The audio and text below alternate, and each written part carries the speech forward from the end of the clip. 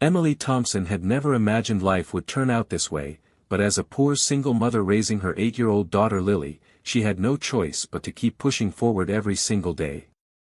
Life had been relentless since Lily's father walked out when she was just a baby, leaving Emily to shoulder the weight of motherhood alone, with no one to lean on and barely enough to survive. She worked double shifts at the small-town diner, where the clinking of dishes and smell of fried food clung to her like a second skin, and even though her legs ached and her hands were rough from scrubbing counters, she smiled through the exhaustion for the sake of her daughter. Their apartment was drafty, the heating barely worked, and some nights she patched up her old shoes with tape so she could keep wearing them, but Emily's spirit remained unbroken. She always told Lily stories at night about brighter tomorrows, making sure the little girl never saw the fear that lurked in her mother's eyes whenever bills piled up on the counter. One bitterly cold evening, after finishing her shift, Emily pulled her scarf tighter around her neck as she stepped outside with Lily's small hand in hers, only to notice a man sitting slumped in the alley beside the diner. His expensive suit was wrinkled and damp, his polished shoes covered in mud, and his shoulders trembled from the icy wind. Most people walked by quickly, assuming he was just another drunk who had fallen on hard times, but something about his hollow stare and trembling hands made Emily pause. She hesitated for a moment, her own wallet nearly empty, but compassion won over caution. Without saying a word, she slipped back inside the diner, scooped up a bowl of steaming chicken soup, wrapped a warm roll in a napkin, and carried it to the stranger. "Here," she said softly, setting the food into his hands, her voice filled with quiet kindness. The man looked up at her in shock, as though he hadn't expected anyone to notice him, and his eyes glistened with gratitude. Why would you help me?" he asked, his voice hoarse and unsteady. Emily gave him a faint smile, her breath turning to mist in the cold air. "Because you look like you need it," she replied gently. "And everyone deserves a little kindness." She didn't wait for thanks. Instead, she tucked Lily's hand in hers and walked home through the falling snow, unaware that this small, selfless act would ripple through their lives in ways she could never have imagined.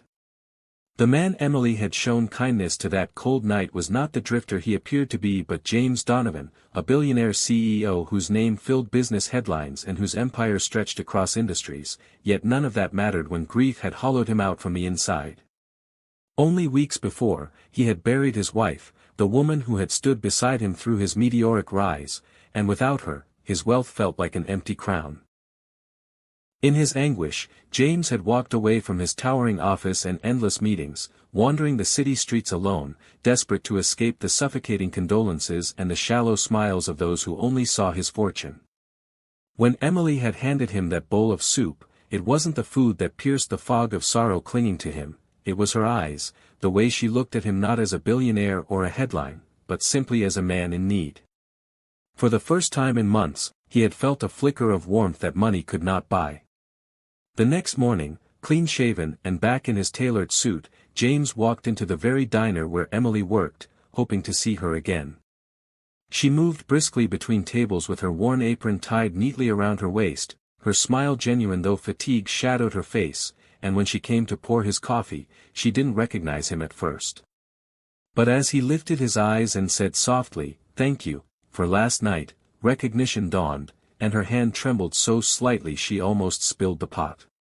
"You?" she whispered in disbelief, glancing at the polished cufflinks on his sleeves.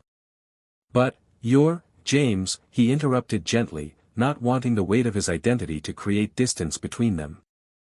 From that day on, he visited the diner regularly, always requesting her section, always leaving larger tips than she thought fair, and in their brief conversations, he asked about her life, about Lily, and about the challenges she faced with a patience that surprised her. Emily, though cautious, began to notice something in his gaze, a sincerity that made her guard falter. James, for his part, found himself more intrigued by her resilience than by any boardroom conquest he had ever made.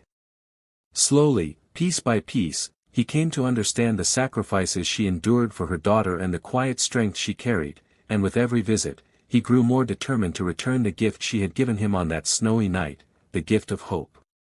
One gray Friday evening, Emily trudged up the worn staircase to her apartment with Lily in tow, her body aching from another long shift, only to find a white envelope slipped under their door. Her heart sank as she opened it, revealing the dreaded notice she had feared. Her rent was overdue, and unless she paid within the week, she and Lily would be evicted. Panic rushed through her like ice water, and though she smiled at Lily and tucked her into bed with a bedtime story, she sat awake late into the night, staring at the ceiling, wondering how much longer she could hold everything together. The following day at the diner, she tried to hide the heaviness in her chest as she served James his usual coffee, but he noticed the way her hands shook and the absent look in her eyes. "Emily," he said quietly, leaning forward so only she could hear, "what's wrong?"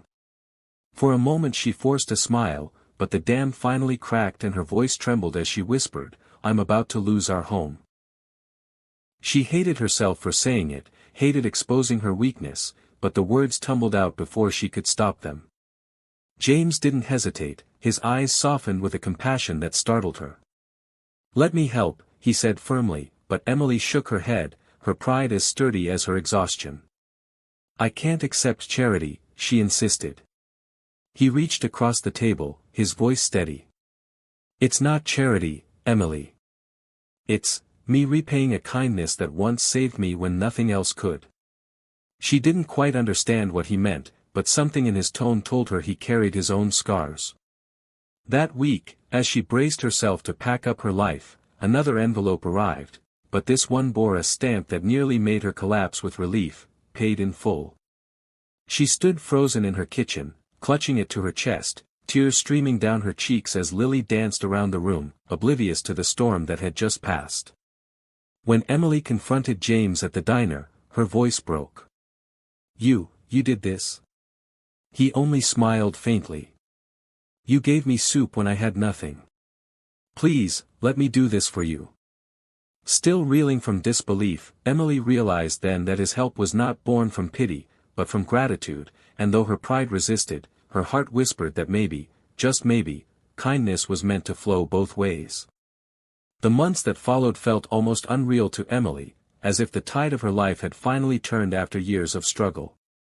With James's quiet help, she no longer had to worry about eviction notices or skipping meals so Lily could eat.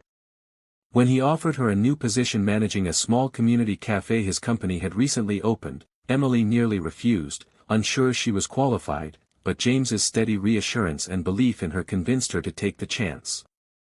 The cafe became a fresh start, with better pay, stability, and health benefits for Lily, things she had only dreamed of. For the first time in years, Emily allowed herself to breathe without the constant weight of fear pressing against her chest.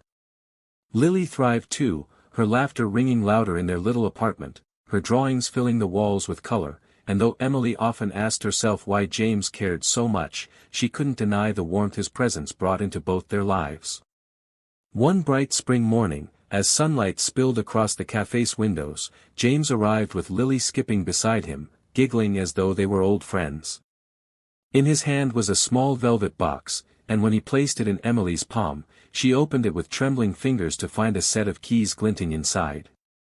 "What's this?" she whispered, her voice catching in her throat. James's eyes softened as he answered, "It's to your new home. A place where Lily can grow up safe and happy. No strings attached. Just, my way of saying thank you." Overwhelmed, Emily's tears fell freely as she tried to find words, but nothing could capture the storm of gratitude and disbelief that surged within her. She thought back to the night she had handed a stranger a bowl of soup, never imagining it would ripple into something so life-changing. From that day forward, James became more than a benefactor, he became part of their family, a constant source of support, laughter, and light. And though Emily had once believed her life would forever be defined by hardship, she discovered something even greater, that even the smallest act of kindness could set in motion miracles far beyond her wildest dreams, and that sometimes, when you give from the heart, life finds a way to give back 100-fold.